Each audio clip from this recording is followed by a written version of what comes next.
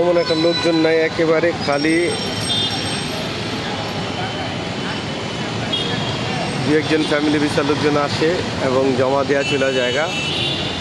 নতুন অ্যাপয়েন্টমেন্টের লোকও নাই, তেমন কাউরে দেখিও নাই যারা পাসপোর্ট রেডি ফর কালেকশনের জন্য আসছে। এটাই নাফি টাওয়ার।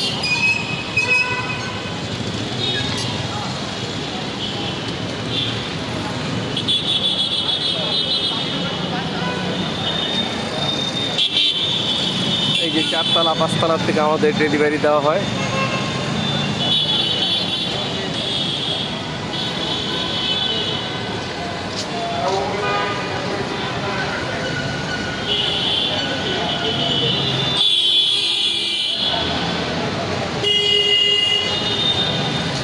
অনেকে আসছে ইনফরমেশন জানার জন্য। তেমন কোনো ইনফরমেশনও দেয় না এখানে,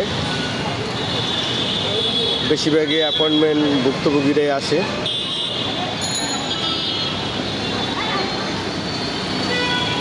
এই হচ্ছে বিএফএস গ্লোবালের বর্তমান অবস্থা।